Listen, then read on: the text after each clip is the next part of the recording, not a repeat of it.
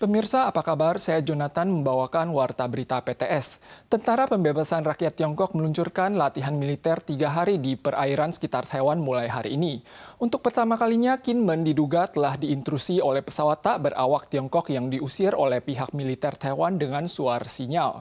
Jet tempur Mirage 2000 dan F-5 yang mengangkut rudal di Pangkalan Udara Militer Zhihang Taitung diluncurkan tanggal 4 untuk bersiaga. Pangkalan Udara Militer Zhihang Taitung meluncurkan jet tempur Mirage 2000 untuk bersiaga seiring latihan militer blokade TPR Tiongkok di 6 perairan sekitar Taiwan selama 3 hari berturut-turut mulai tanggal 4. Ruang lingkup latihan militer Tiongkok kali ini mencakup perairan sekeliling Taiwan yang sebagian bertumpang tindih dengan teritori Taiwan. Untuk pertama kalinya, Kinmen diduga telah disusupi oleh pesawat tak berawak Tiongkok tanggal 3 malam, yang kemudian diusir oleh Komando Pertahanan Kinmen dengan suara sinyal. Hingga kini, Angkatan Udara Tiongkok telah menyusup ke zona udara Taiwan sebanyak 3 kali dalam bulan ini. Siaran usir telah dikeluarkan sebanyak 21 kali. Batas terdekat dari ke-6 zona latihan militer Tiongkok kali ini berada di Xiaoliu Chiu Ping Tong dengan jarak tak sampai 10 km. Dermaga terdekat zona latihan tampak kosong dan kapal berhenti beraktivitas. Ketegangan muncul di pelabuhan militer Chuoying Kaohsiung setelah radar deteksi kapal perang Lafayette dinyalakan dan mesin kapal dipanaskan untuk menunaikan misi darurat sewaktu-waktu. Sebanyak 300 penerbangan internasional harian Taiwan terimbas oleh peluncuran latihan militer Tiongkok di 6 zona perairan sekitar Taiwan dengan amunisi asli selama 3 hari berturut-turut. Negosiasi dengan pihak Jepang dan Filipina telah dilakukan untuk koordinasi rute alternatif. Namun banyak penumpang cemas agenda perjalanan mereka akan terpengaruh.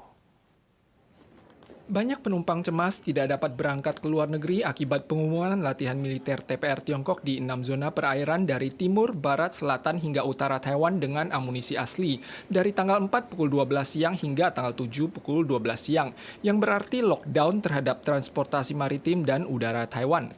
Saat ini ada sekitar 300 penerbangan yang lepas landas dan mendarat di Taiwan setiap harinya. Jepang dan Filipina telah dihubungi untuk menegosiasikan rute alternatif. Penerbangan ke utara termasuk Amerika Utara dan Asia Timur dialihkan ke zona informasi penerbangan Fukuoka. Sedangkan yang menuju selatan termasuk Asia Tenggara, Selandia Baru, dan Australia dialihkan ke FIR Manila. Zona latihan militer Tiongkok kali ini hampir meliputi FIR Taipei, memengaruhi total 18 rute penerbangan. Otoritas Vietnam menyarankan agar maskapai Vietnam menyesuaikan rutenya pada tanggal 4 dan 5 untuk menghindari wilayah sekitar Taiwan. Hingga kini belum ada pengumuman yang diterima terkait penundaan dan pembatalan penerbangan. Ketua DPR Amerika Serikat Nancy Pelosi mengakhiri lawatan singkatnya di Taiwan yang memicu protes keras dari Tiongkok. Menteri Luar Negeri Tiongkok mengecam hal ini sebagai sebuah lelucon. Pihak Gedung Putih Amerika menegaskan kunjungan Pelosi ke Taiwan tidak bertentangan dengan prinsip jangka panjang Amerika terkait kebijakan satu Tiongkok, dan Beijing tidak berdalih untuk memancing perkara. Kunjungan Ketua DPR Amerika Serikat Nancy Pelosi disambut protes keras oleh Tiongkok. Mereka mengumumkan latihan militer selama 3 hari. Media Reuters mengilustrasikan hal ini sebagai puncak riwayat perjuangan Pelosi selama puluhan tahun dalam menentang Tiongkok. Menanggapi hal tersebut, Wang Yi selaku penasihat negara merangkap Menteri Luar Negeri Tiongkok menganggap hal ini adalah lelucon. The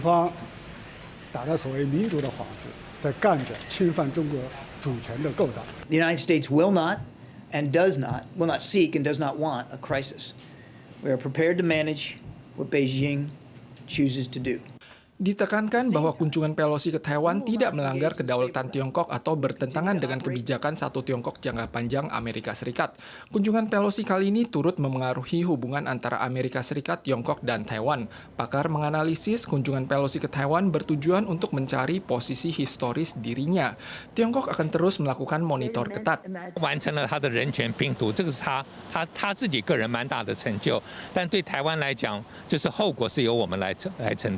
Senat Amerika berencana merancang UU untuk menunjuk Taiwan sebagai sekutu utama non-NATO untuk membantu Taiwan meningkatkan pertahanan. Apakah hubungan Amerika, Tiongkok, dan Taiwan beralih menuju babak baru? Apakah strategi Amerika terhadap Taiwan menjadi lebih konkret? Para pakar cenderung bersikap konservatif. Para pemirsa sekalian, sekian Warta Berita dari PTS. Kita soal lagi di pekan depan. Sampai jumpa.